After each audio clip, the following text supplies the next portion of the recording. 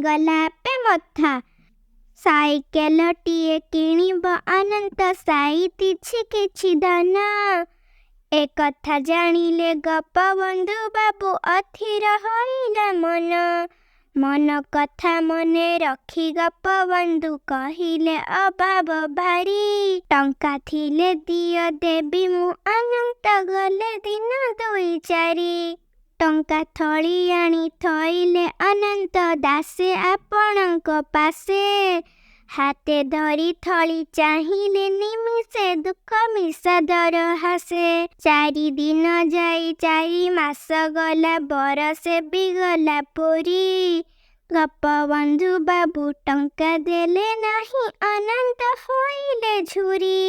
ଦୂର ଗାଁ ବାଟ କିପରି ଯିବି ମୁଁ ଦୁଃଖରେ ବସିଲେ ଭାଳି।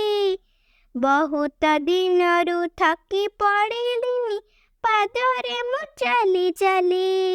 ସାଇକେଲ ହେଲେ ସହଜ ସରଳ ବହୁତ ପାରନ୍ତି ବୁଲି। ଟଙ୍କା ନେଇ ସେ ତ ଫେରାଇ ଦିଅନ୍ତେ ମୋ କଥା କି ଗଲେ ଭୁଲି।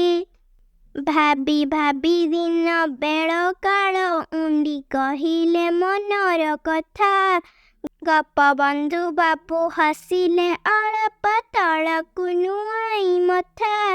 ତୁମ ଟଙ୍କା କଥା ଅଛି ମୋର ମନେ ଦେଇନାହିଁ ଜାଣି ଜାଣି। କଥା ଯଦି ମୋର ରଖିବ ଅନନ୍ତ ଏଇ କ୍ଷଣେ ଦେବି ଆଣି। ବରଷା ବଡ଼ିରେ ଘର ଘର ବୁଲି ଅପରନ୍ତା ବାଟ ଦେଇ। ପାଦେ ଚାଲି ଚାଲି ଭୋକିଲା ଲୋକର ଖବର ଫେରୁଛ ନେଇ। ସାଇକେଲ ହେଲେ ସଡ଼କ ବାଟରେ ସୁବିଧାରେ ଯିବ ଚାଲି।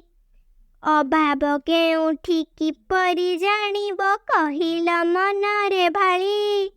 ପାଣି କାଦୁଅରେ ଆଉ କି ପଶିବ ଦେଖିବ ଦୁଃଖୀର ମୁହଁ।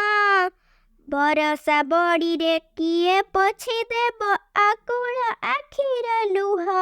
ଟଙ୍କା ନେଇ ଯାଅ ସାଇକେଲ କିଣା ମନୁ କରିଦିଅ ଦୂର।